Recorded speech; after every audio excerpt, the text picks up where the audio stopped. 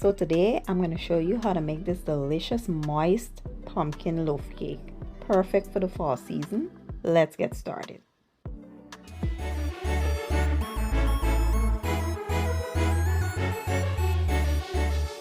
Alright, let's take a quick look at our ingredients. Here I have some salt, baking powder, baking soda, and some all-purpose flour. I will be using some brown and granulated sugar. I have some pumpkin puree. I am using the one in the can. Feel free to use fresh if you like. I have some eggs, melted butter, some oil.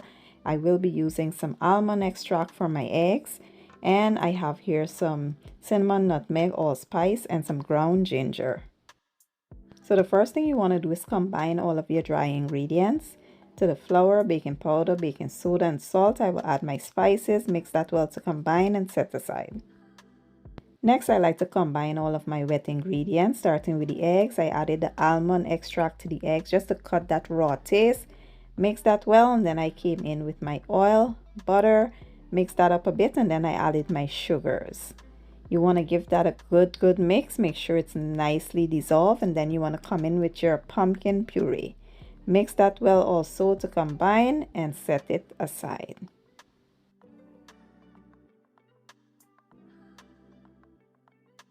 Next, you want to add the wet ingredients to the dry and gently fold it in. You never want to overmix your batter.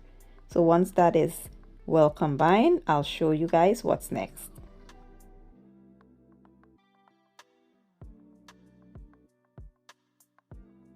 Here I sprayed my loaf pan with some baking spray, and I will add my batter to the pan. Once the batter is added, you want to level it off and tap it on your countertop to remove any air bubbles. Then we're going to place this in a 350-degree oven for about an hour, or however long it will take to cook all the way through.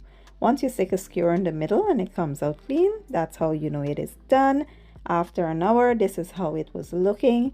I allowed it to sit and cool for about 10 minutes, and then I removed it and allow it to cool down completely on a wire rack.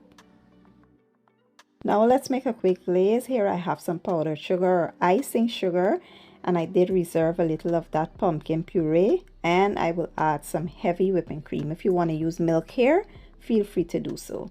I did realize I added a little too much of the heavy whipping cream, so I had to add a little more powdered sugar because I want the glaze to be super thick where it sticks to the loaf and it's not like running off, you know. So I needed a super thick consistency. And once I was done, this is what it should be looking like. Now we're gonna go ahead once our loaf is cool, and we're gonna drizzle it all over top. Allow it to set before you cut it and enjoy.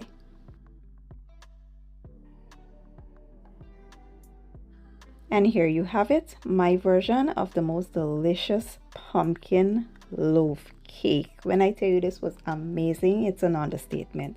So moist and tender. It was not too sweet, and that glaze took it right over the top with the pumpkin inside. You guys have to give this recipe a try. If you enjoyed the video, don't forget to give it a thumbs up, share it, and leave a comment down below.